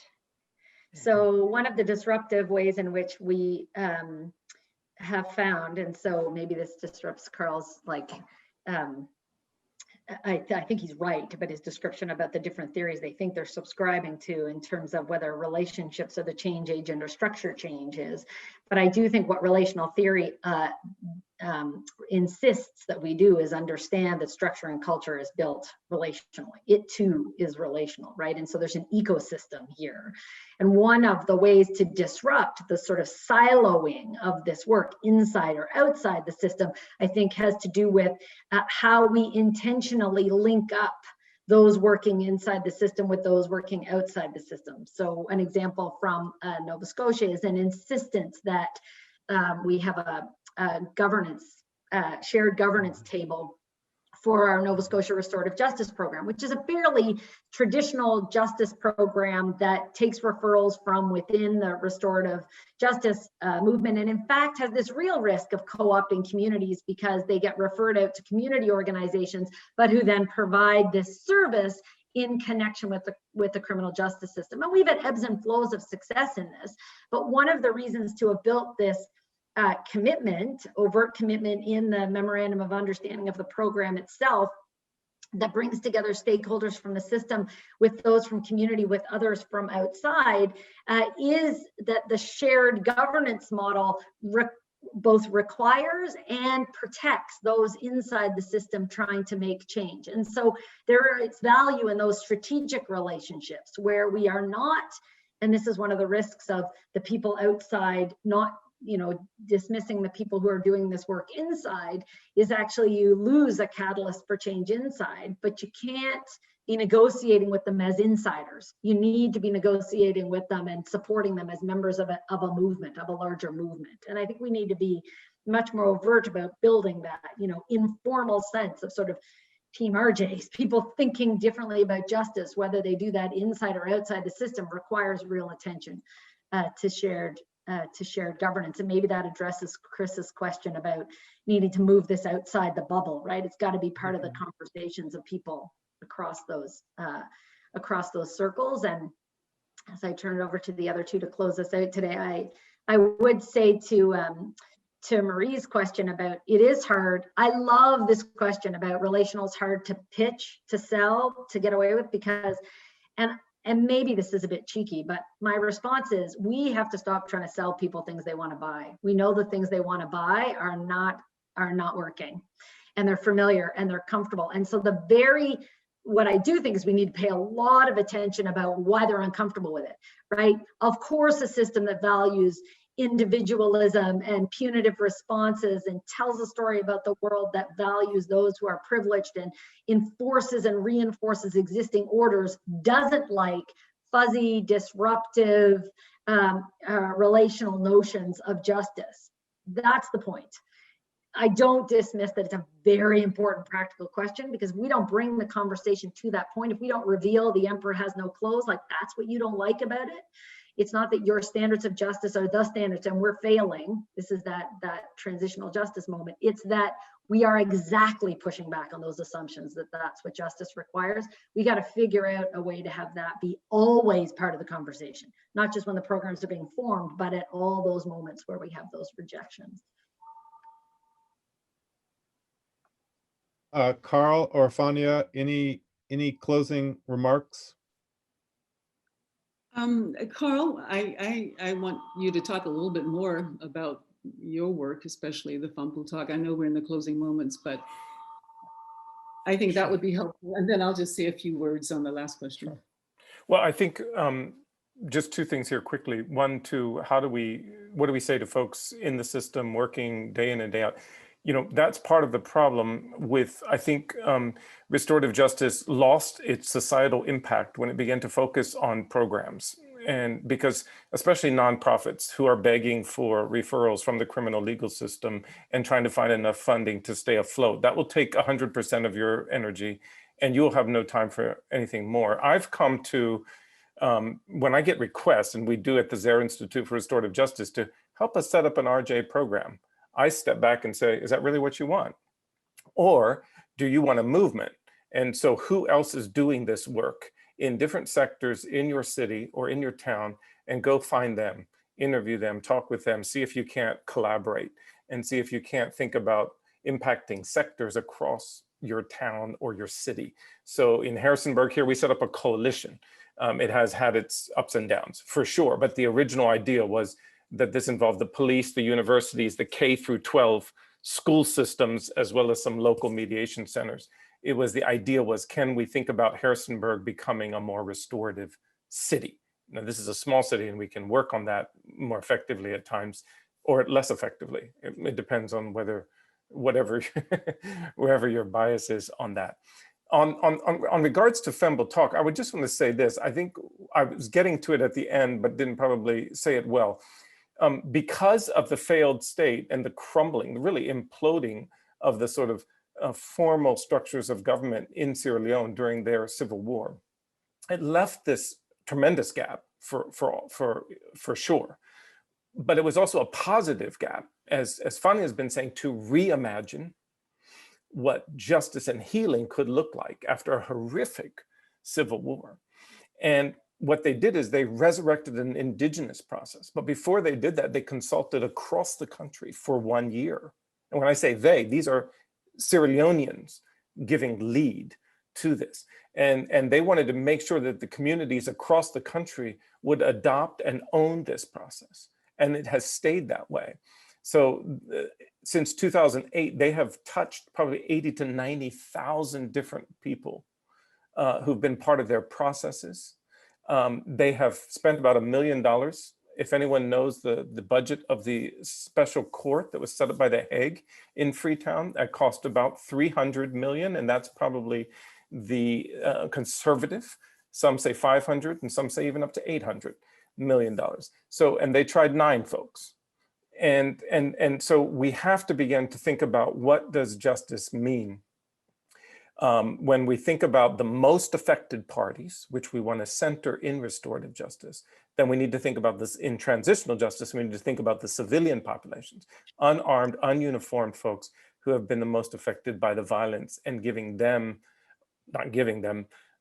stepping back so they can emerge with their leadership and the assets of what they are already doing in justice and healing and move forward. And I think what Femble Talk is doing, even though they don't use the word restorative justice, is deeply restorative, showing us a restorative transitional case study.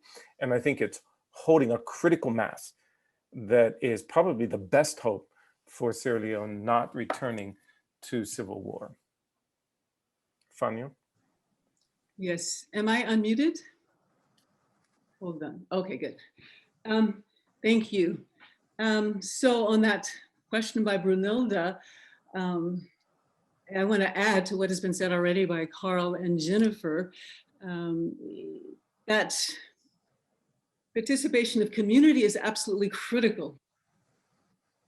In many ways, restorative justice invites a fundamental shift in the way we think about and do justice, from systems to communities, from experts to ordinary people. And if the community isn't there leading the way in partnership with schools, in partnership with government, then you won't really have a restorative justice process that's faithful to all the principles that Jennifer has so eloquently outlined today. And in addition, in schools, the values that we bring as restorative justice practitioners must be highlighted and must be attended to and nurtured within that setting of a school system or a justice system. And those values involve, centering racial justice, addressing systemic harm and not just interpersonal harm, and looking to indigenous worldviews and principles of, non-punitive ways of being present in the world. Being present in the world in ways that enhance that center responsibility. And it's, for me, indigenous thought, indigenous ways of being and ways of knowing offer us a way of being present to one another in ways that bring healing and wholeness instead of discord and domination. So holding fast to these values, especially inspired by indigenous worldviews, as well as practicing restorative justice as a social justice, as a transformative movement within these systems, is really critical. And I want to close just by talking about these truth and reconciliation processes that have been popping up like mushrooms after spring rains since June 2020, George Floyd's killing. One of the places where this is happening is in San Francisco, as I mentioned earlier. And even though people, from traditional transitional justice processes came and suggested, who could be the commissioners and how we choose the commission and what do we focus on and really kind of pressing and pushing for the very traditional top-down, more hierarchical truth and reconciliation process, we in San Francisco realized that this must be a community-led process in partnership with community, not government dominated, because that's the very system that we need to transform. So that system will only replicate itself. So we are spending a lot of time, it's taking a long time. People are wondering, well, what are we doing? What we're doing is reaching out to community organizations, to aligned efforts so that we can get this thing going with community leadership from the very ground floor. Jennifer, would you like to add a last word? Only to say, I think we should end on that hope and inspiration for us all. So, so grateful for the chance to see the faces of those that I so admire and feel so inspired by. It makes the world feel a little less confined. Mm-hmm. Thank you so much, Jennifer and Karl and Fania, for your very inspirational lecture and responses and reflections. It was really excellent, and yeah, that's the way to move forward for all of us, I think. Thank you. Back to Estelle. Yeah, I just wanted to also express my thanks and a slight apologies for going over the time, but I think it was difficult to stop it. It was, just too important a discussion. So I hope you all agree with me. Just to repeat, thanks to our speakers simply for having accepted the invitation, our publishing for supporting us to put this this way, for Albert and Ivo as my co-hosts.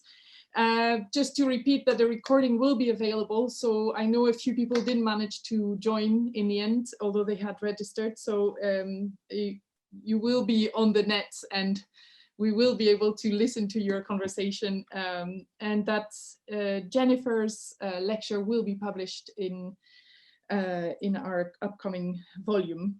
I want to wish you all a good end of the day, evening for us, to stay safe and to take care. And thank you so much all for coming today. Goodbye.